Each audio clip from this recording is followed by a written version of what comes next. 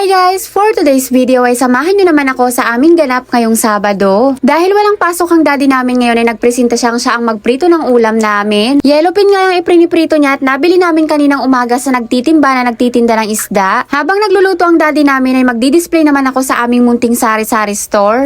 Dumating na kasi yung mga in-order kong mga kape at mga dilata. Argentina meatloaf nga yung inuna kong nilagay. Wala na kasi akong stock niyan kahit isa, mabili kasi. Kung ano lang kasi yung dilatang hinahanap sa akin at mabili, ayun lang din ang itinitinda ko. Sinunod ko namang pinaglalagay ang mga 552 tuna na mitsado. Isa nga din yan sa mabili sa akin na dilata. Pagkatapos ko ang i-organize yung mga dilata ay kahit paano gumanda tignan. Mas maganda kasi tignan talaga yan pag hindi bungi-bungi at hindi kulang-kulang. May mga iba pa nga akong order na dilata kaso nga lang ay hindi sila nagsabay-sabay dumating. 5 hanggang 6 nga lang din ako bumili ng dilata dahil nga napakaliit lang din ng aking lagayan. Nakapaglagay na nga din ako ng mga shampoo na wala akong stock kaya kahit paano ay puno na tignan.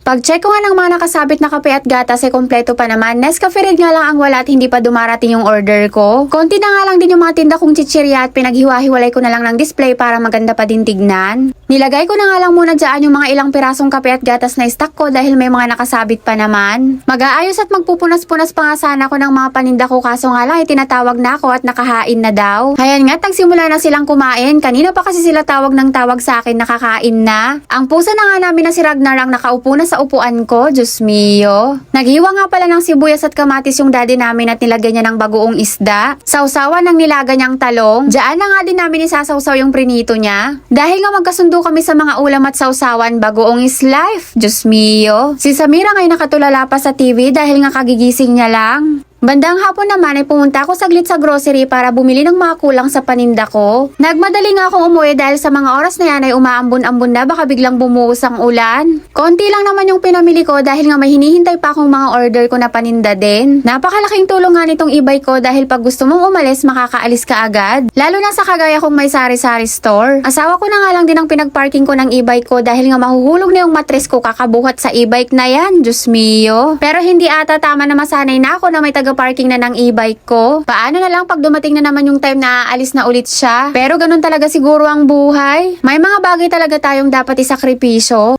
Darating din ang araw na magiging okay din ang lahat. Nilalagyan ko nga ng takip na karton yung e-bike ko dahil nga kinakalmot ng pusa. Nilalagyan ko nga din ng cover para hindi masyadong maalikabok. At ayan na nga si Samira at masayang masaya at may patalon-talon pa. Isa nga lang ang ibig sabihin niyan, wala siyang topak. Diyos mio. Inuna ko nga yung paglalagay sa ref yung mga binili kong ice candy. Ubus na ubus kasi iyan kahit nga isa ay walang natira. Kaya sumaglit na din ako sa grocery dahil nga mabili yan sa bata, babalik-balikan talaga nila yan. Kahit nga yung ice pop na yan ay gustong gusto nila. Kahit nga matanda ay bumibili ng ganyan. Wala na nga din akong naabutan na ice cola. At isa ngayon sa mabili talaga sa mga bata. Kaya nag-i-stock talaga ako ng ice cola tsaka ice candy, 3 hanggang 4 na karton. Habang busy-busy nga si Samirang magkalat dyan, Diyos mio.